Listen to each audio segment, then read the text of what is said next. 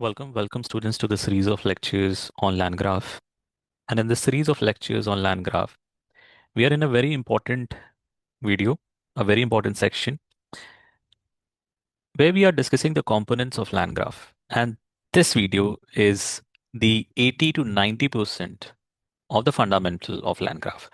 And what we try to do, we try to summarize this fundamental concepts of components of LangGraph so that whenever you watch any other section related to LangGraph, your fundamentals are super clear.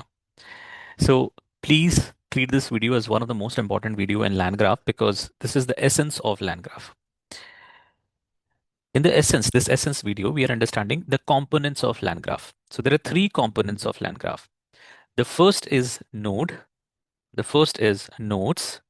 The second is edges. And the third is state. Okay, so there are three components. There are three components associated to LangGraph, the core components of LangGraph that are nodes, that are edges, and that are state. So what happens in LangGraph? In LangGraph, what it does, it decomposes any workflow or any processes into three sections, that is nodes, edges, and states. What happens inside a LangGraph? In LangGraph, what you have to think, or the way you have to think is you have to break down or decompose your processes or workflow into three sections, nodes, edges, and states. And you only have to worry about how you implement the nodes, how you implement the edges, and how you implement the state. That's it. And if you can do that, then you are able to implement LangGraph for any workflow or any processes. Please understand, we are moving away from LangChain to LangGraph because in LangChain, we cannot support complex workflow. And because of that, in LangGraph, we decomposed or we developed the concept of nodes, edges, and state because we can play with any complex workflow. We can implement any complex workflow in the LangGraph with the help of node, edges, and state. So what we'll try to understand, we'll first understand as an example, one sample complex workflow. And we'll try to also understand thematically why that workflow is complex and why it cannot be implemented in LangChain. So this is our sample workflow, which is related to the hiring processes in any firm. Okay, so let's read the different action items that you perform in this workflow. Now, the first action item that you perform in this workflow or the process is you ask your HR department for the resume. So you take resume from HR, you review the resume and score the resume. If the score is greater than 7 out of 10, you conduct the first round of interview. If it is not greater than 7, then you reject the candidate or reject the resume and inform your HR. The process ends there for that particular candidate. If the candidate got selected in the first interview, you take the second round of interview. If it's not selected, you inform the HR about the rejection and the interview process ends for that candidate. If the candidate has been selected for second round of interview, you conduct the second round of interview. If it is selected, then you inform the HR for onboarding because it is only two-step interview processes. A process that you have, you can have multiple step processes or multiple step of interviews or round of interviews. If not, then you inform the HR for the rejection. Now, this is a very simple workflow, though very simple workflow, but it is a complex workflow relative to if you try to implement the same in LangChain.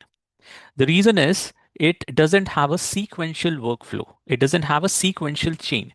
LangChain only respects sequential processes. Why it is not sequential? Because you see there are very different conditions on which it is decided whether you take step one or step two. Now, before just entering into or discussing about the workflow, what we'll do, we'll start calling them as nodes. So what are nodes? Nodes, or we'll start decomposing this workflow into nodes and edges. So what are the nodes? Nodes are the action item. What are the nodes? Nodes are the action item, the action that you perform. That are the nodes. What are the edges? Edges are the flow of the processes, or edges determine the flow of the workflow. Okay. So what are the nodes? Nodes are the action item. What are the action item here? Take resume from HR, review resume and score. These are actions. Conduct first interview, reject candidate and inform HR. These are actions. Inform HR of rejection. Conduct second interview. Inform HR of rejection. Inform HR for onboarding. These are actions. These are the nodes. So all the curved rectangular boxes that you see, all the curved rectangular boxes that you see of the shape, in this workflow, which are this, and this are nodes. Why these are nodes? Because you're taking some steps, you're performing some action. Then what are the edges? Apart from the nodes, whatever you see in this workflow are edges. So this arrow is edges. All this section is edges. All this section is edges. All these are edges. Now there are two types of edges in this workflow. One are sequential. This simple arrow, simple arrow is an edge, but it is a sequential edge.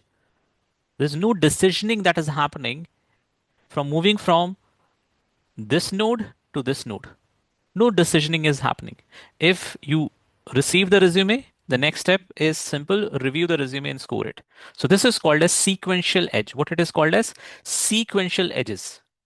But whenever you're taking certain decision, all the diamond boxes with the arrows, all the diamond boxes with the arrow are the edges, but they are called as conditional edges. What they are called as? They're called as conditional edges. What they're determining, they are also determining the flow from node A to node B, or whether you have to go from node A to node C, or whether you have to go from node A to node B. They're also deciding the flow of the process, the flow of the workflow.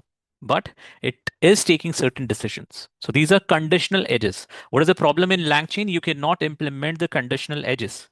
You can only implement, in a way, you can only implement the sequential edges. There is no like theoretical concept of edges in LangChain, but there you can only implement the sequential edges. You cannot implement the conditional edges, where the flow is determined on if or else statement, or flow has a loop, has complex workflow. So these are the edges. Okay. So okay, we discussed about the nodes, we discussed about the edges. But your workflow should have three components: nodes, which are the action. You should write it down. The nodes are the action, the edges are the flows, which determine the flow of the processes, the flow of the workflow. And the third is state. State is nothing but a memory. In a very simple term, what is node? The action, the flows are the edges, and the memory are the states. States are the memory. In state, you try to store in state, you try to store all the conditions of the nodes, of all the nodes, not only one node. You try to store all the condition or state of every node at a given node or at a given point in time. I'm repeating. What is a state? State is a memory which stores all the condition, not any single condition, all the condition of all the nodes, not any given node, all the nodes at a given node or a given point in time. So what it means? So assume you created a state, and actually state is nothing but a state variable. So this is a state variable. This is a state variable. In a very simple term, it is a dictionary. What it has different key value pair related to every node. See what it has? It has resume received. That is the key. What is the value? No, you haven't received it. Resume reviewed, false. Resume scored, none. First interview conducted, false. First interview result, none. So and so forth. So for every node, you have a state or a key value pair which is stored as a dictionary in the state. So what is a state? State is a dictionary variable which can have a key value pair, or it can have list, or it can have dictionary within the dictionary. Because for example, you want to store whether you have received the resume or not, yes or no, and you want to also store the number of resume that you have received, like 10 or 20, and whether you have reviewed one resume or all the 20 or 10 resume that you have received. You also want to store the score, whether it is 8, 10, 20, and for which candidate. So it could be a list, it could be a dictionary. So please understand that the key value pair, when I'm saying, I just wanted to highlight that there could be different data format that can be created in the state. It could be list, it could be dictionary, it could be Boolean values, whatever. It depends upon you. Who create the state variable? You create the state variable. The onus to create the state variable is on you. But once you created the state variable, it's LangGraph responsibility to update the state. So state get updated as you move from one node to another node. So what is the input of a node? A state, updated state from the previous node. And what is the output? What any node return? The updated state. So at any given point in time, you have the condition or state for every node. Where it is stored? It is stored in the state variable, which is a dictionary, which is a kind of a dictionary. And within that dictionary, you can have list, you can have dictionary, you can have any data format. Okay. So that is node. What are the nodes? Nodes are the action. What are the edges? Edges are the flow. And what is the state? The state is a memory which store the different states or the condition of all the nodes at a given point in time or at a given node. Okay. Now, we understood what is node. We understood what is edges. We understood what is state. Now, if any workflow on the planet can be decomposed into nodes, edges, and state in the land graph, then what is the next step that we have to do? We have to implement the node. We have to learn to implement the node. We have to learn to implement the edges. We have to learn to implement the state. And that is what our next session would be around.